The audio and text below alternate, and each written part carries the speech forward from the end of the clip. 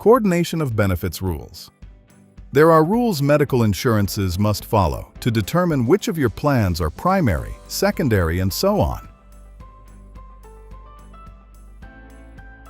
Let's start with you getting your first employment that offers medical insurance. With your new medical insurance, you have the option to also cover your spouse as a dependent on your new group plan. Spouses may also decide to cover themselves through their own employer group plan and list you as a dependent on their plan as well. Now that you have two medical insurances, you need to know which will cover your medical expenses as the primary insurer and secondary insurer. The group plan that you subscribe to will be your primary, and your spouse's group plan will be her primary. Both you and your spouse may also decide to cover your children. Since your child is a dependent on two medical group plans, you'll need to know which one acts as primary and which one acts as secondary. This is determined by a calendar.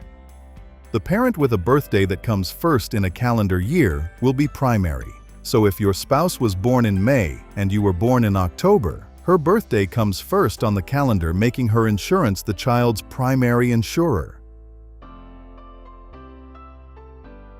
Now let's say you decide to take on a second job.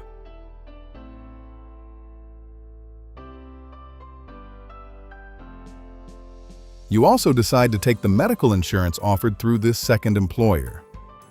You are now the subscriber to two medical insurance plans. In this instance, the plan with the earliest effective date will be primary.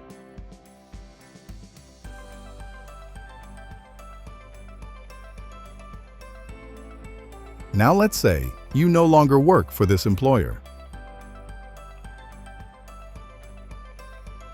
You have the option to retain your medical insurance. This is called COBRA, the Consolidated Omnibus Budget Reconciliation Act. Your COBRA plan will be secondary to your active group or employment plan. Now let's say you decide to cancel the insurance coverage through your active employment, but you're still covered under your spouse's group plan.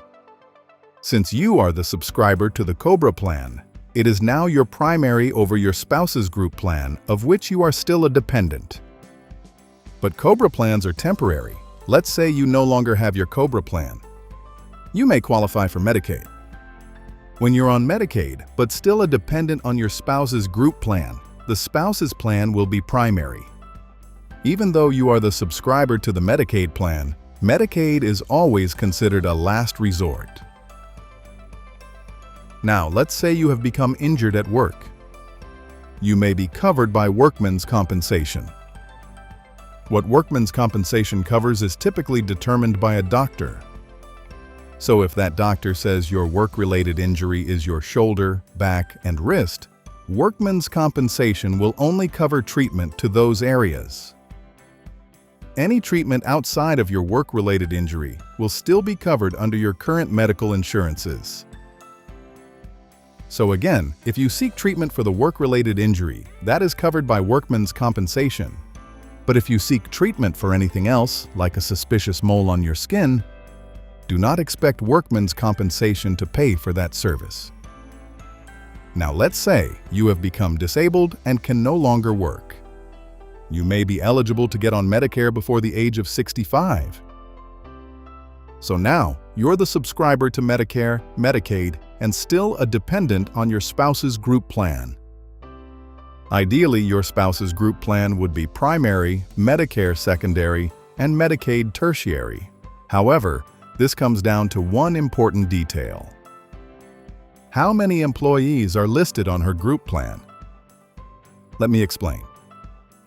If her group plan covers 100 employees or more, her insurance will be primary to Medicare. But if her group plan covers less than 100 employees, Medicare will be primary and the group plan will be secondary. If you're unsure how many employees are covered on your spouse's group plan, call the insurance company and ask. Let them know you have Medicare and Medicaid too, and need to know which plan is primary. Now let's say you just celebrated your 65th birthday. If you're just starting Medicare, It takes effect the first day of the month, not your actual birth date. And if your spouse is still working and you're still listed as a dependent, the coordination rules change a little.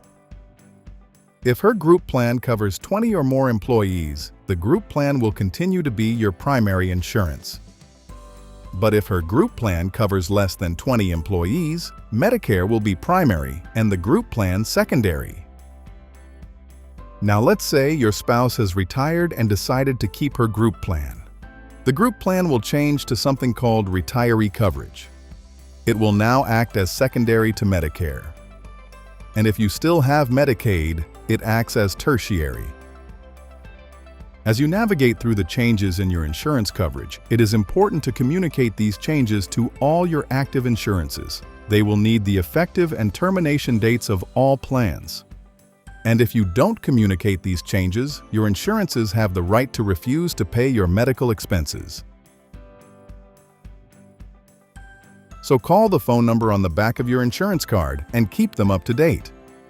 For Medicare, call the phone number listed on the screen. Subscribe and like this video if you find this information to be helpful, and comment any stories or questions below. Thank you for watching.